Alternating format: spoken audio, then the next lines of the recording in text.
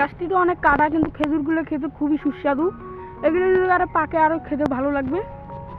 আসলে পরিবেশটা খুবই শুনশান, এখানে তেমন কেউ আসে না। আশেপাশে অনেকগুলো সৌদি। আমরা বাসার জন্য কিছু খেজুর পাড়ে নিয়ে যাবো, যেহেতু খেতে অনেক সুস্বাদু, আমরা কিছু নিয়ে যাবো বাসার জন্য। খেজুরের ডালগুলো খুবই শক্ত, ছেঁড়া যায় না, অনেক শক্ত।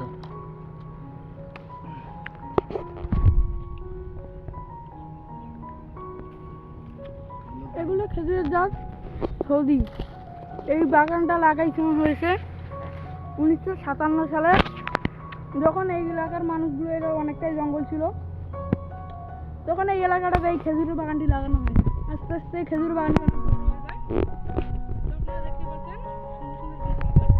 এই যে আমাদের রাব্বি ভাই অনেকগুলো খেজুর বাসার জন্য এখন নিয়ে যাচ্ছে।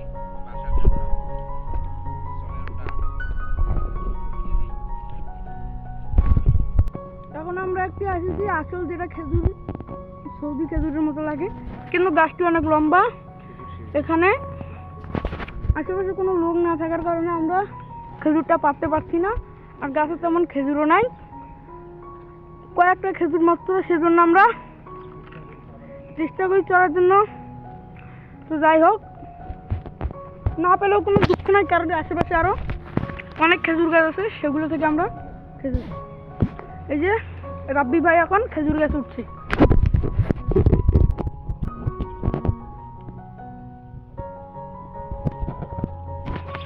দেখা যাচ্ছে কিন্তু আশেপাশে কোনো খেজুর নাই। এই ভিতরে একটা খেজুর দেখা যাচ্ছে, খেজুরটা প্রচুর পরিমাণে কাটা, সেজন্য আমরা খেজুরটা পাঠানো কষ্ট হচ্ছে। এই যে একেবারে দেশি পাকা খেজুর। আমার মনে হয় বাংলাদেশের সবচেয়ে সুস্বাদু খেজুর এগুলোই। পাকা খেজুর সংগ্রহ করলাম। আসলে আমরা কিছুদিন আগে এসেছিলাম, কিন্তু আপনাদেরকে ভিডিও দিতে পারিনি, তখন গাছটাতে খেজুর ভরপুর ছিল। এই তো রাব্বি ভাই চেষ্টা করছে, কিন্তু একটুর জন্য বেঁচে গেছে। তো রাব্বি ভাই খেজুরগুলো পাচ্ছে খুব সুন্দরভাবে।